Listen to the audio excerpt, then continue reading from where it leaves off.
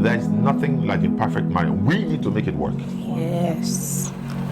We need to, make it work. There's nothing in life that is smooth sailing. There's nothing that is perfect. It is only 11 that's perfection. All right, sir. So, talking about spiritual consultation, we have instances whereby some ladies, they will present like 3 names to their mom. Mommy, there's Tunji, there's Wale, and there's Thomas. The mom will now take the names, take it to the shepherd or the prophet, and the prophet will say, this Thomas has a very bright future. Then mom will get to him and tell her that, wow, Wale and Tunji, they are not options. This Thomas is the person you are marrying. And the lady will now be like, but mom, I don't like the way Thomas snores when he sleeps. Thomas is not as educated as Tunji or Wale.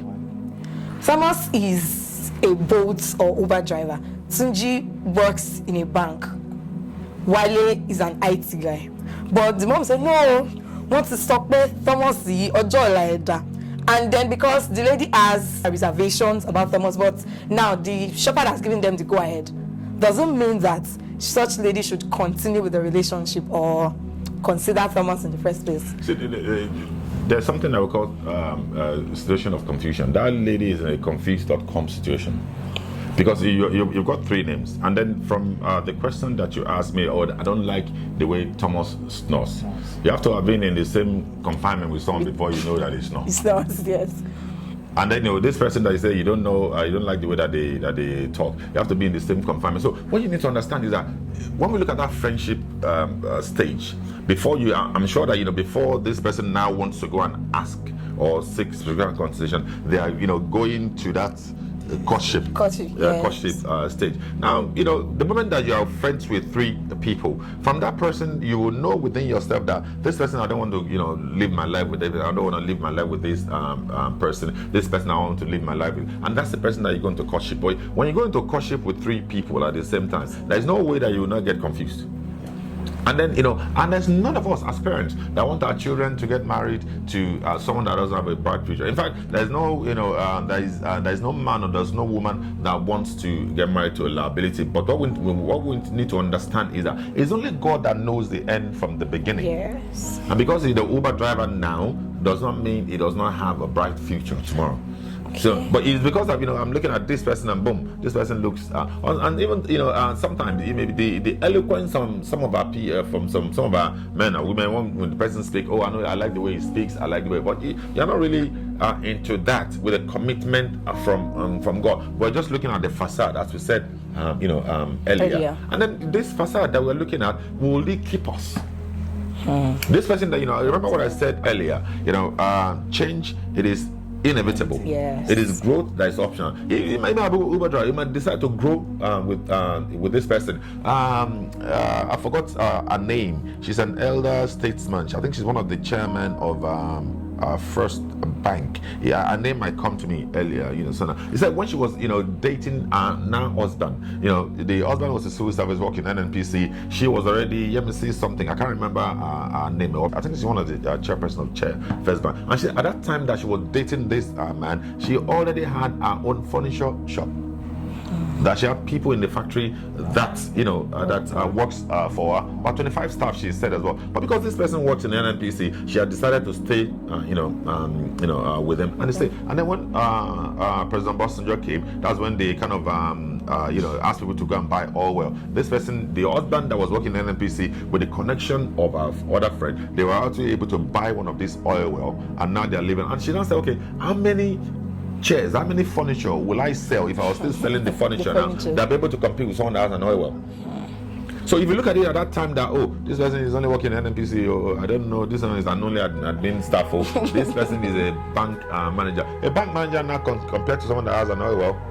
And that is why we must understand that our own, individual perspective plays a role in it as well. And that's why we must not just marry because of this trigger that we have. I just like him. I just get attracted to him the first time. He walks. No, if I've dumped it at God, let God take it. Yes. And if the answer that you don't want, don't ask the question. Because if you know the question, the answer that God will give you might not be the answer that you're looking for, but you've asked the question, and because God loves us so much, He will give us the answer that we know that will do what it will help us. But because we are coming with the content of our own and intent of our own, well, no, this is what I want to. This is what I want to. And that's what the Bible says. To the crooked I will show myself crooked. To the forward I will show myself forward. It is however you present yourself to God, that God will do it. So every one of us, if you have that belief, Genesis 1:28 is that we should inherit the heart, we should dominate it, we should take control of it. Everyone has that dominion in us. Everyone that authority of being blessed. Psalm 8 even said it. He said He has made us a little lower than the angel, has made us to king and queens over every single thing that He has created. So we just need to do that and make sure that we remove ourselves from it when we have asked God for it. Okay, thank you, sir. I actually want to ask a question because, spiritual consultation aside, I think we need to do more of personal relationship with God, because we've seen instances whereby the marriage will crash and they'll say, and meanwhile the person would have probably consulted the prophet or so, and it can be misleading.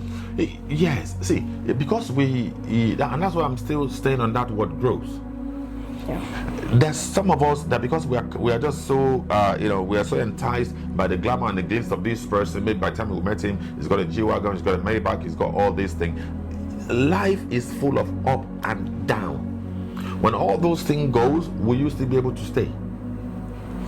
When that house that you bought, if something happens and you have to sell the business or anything, will you still be able to to stay? And that's why we must understand that at the end of it, and that's why some people there's divorce from the woman, there's divorce from the man. It's this change. It happens every single place. But we must ask ourselves this question.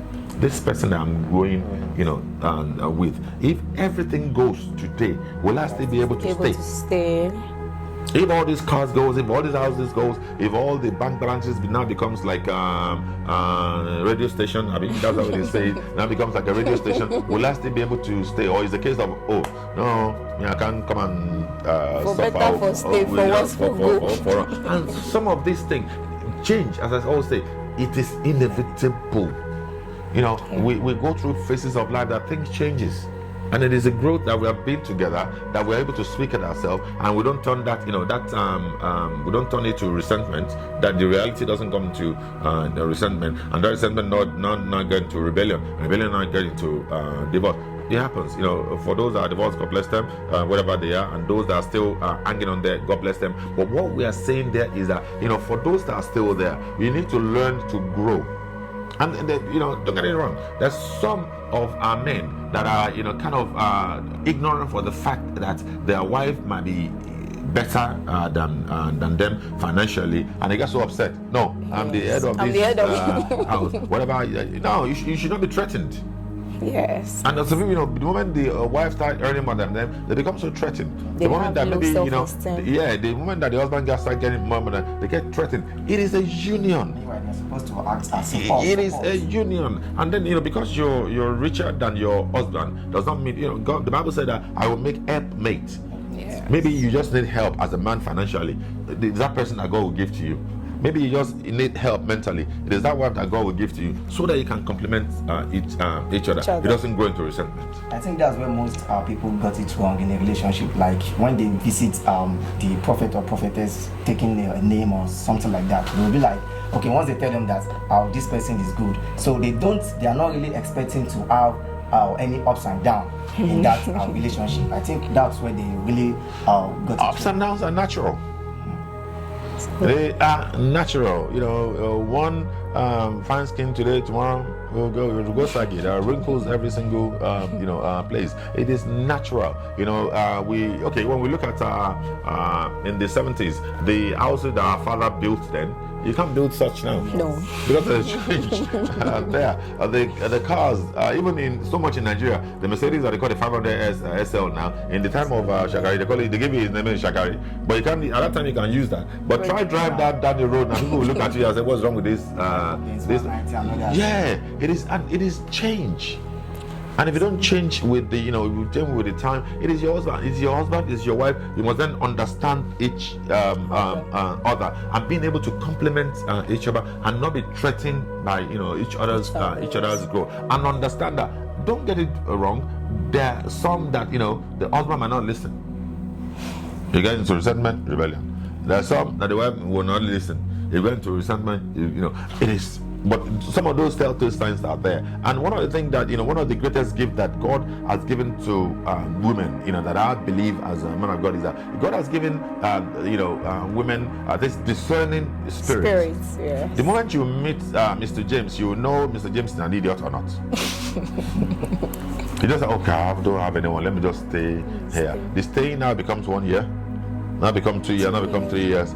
And after a while, that resentment, you're not, I've done every single thing. Resentment now comes in. Mr. James gonna go, I don't want to hear. But God has one, from the onset. And because we get married at the age of 20, or got married at the age of 25 or 35, does not mean we're not going to get married. Because we want to get married quickly. Squish microqualism does not mean that we should get married to an idiot. Yes. Both male and female. We just need it is us that we stay there all the time. And apart from knowing that from the beginning, that there are humps and bumps on the road. It is by the grace of God that we'll get taken through it, that it doesn't then end up on the other side. Perseverance in marriage is key. Thank you so much, sir. It's such a wonderful moment with you. Thank you for everything, especially for the word of wisdom. Like from the talking stage to everything. Actually, I personally have really grabbed something from it. To be sincere. And that's really a sense of it for us to educate ourselves and for us to know what we have gotten wrong and how we can make it better. So now it's safe to ask a friend, what stage are you now? Is it the talking stage, the friendship? Most of all this thing that we do, we just do it naturally. We do not know that there are stages. Wow. We just do it naturally. Oh, I'm just talking to him, and you just find out that your talking is 1 year, 2 years, 3 years. You're still talking. I'm just his friend. I'm just his friend. I'm just his friend, or we're just friend. But in this time that you're friend, you probably go on holiday together. You probably done a lot of things together. Not understanding that this line I'm going is a line of marriage. Let me understand it from this perspective. Let's define our relationship. Yes, let's define this thing and let us understand. So we don't have that erroneous word of friendship. That a lot of people now use that. Oh, he's my friend. He's my friend. He's my friend. She's my friend. He's my friend. And everybody is still friends until we have 2 little Raphaels running down the house. We're still friends. Thank you so much, sir. Thank you so much. Thank you so much for watching. Thanks for staying with us. See you some other time on King's Diary. Bye.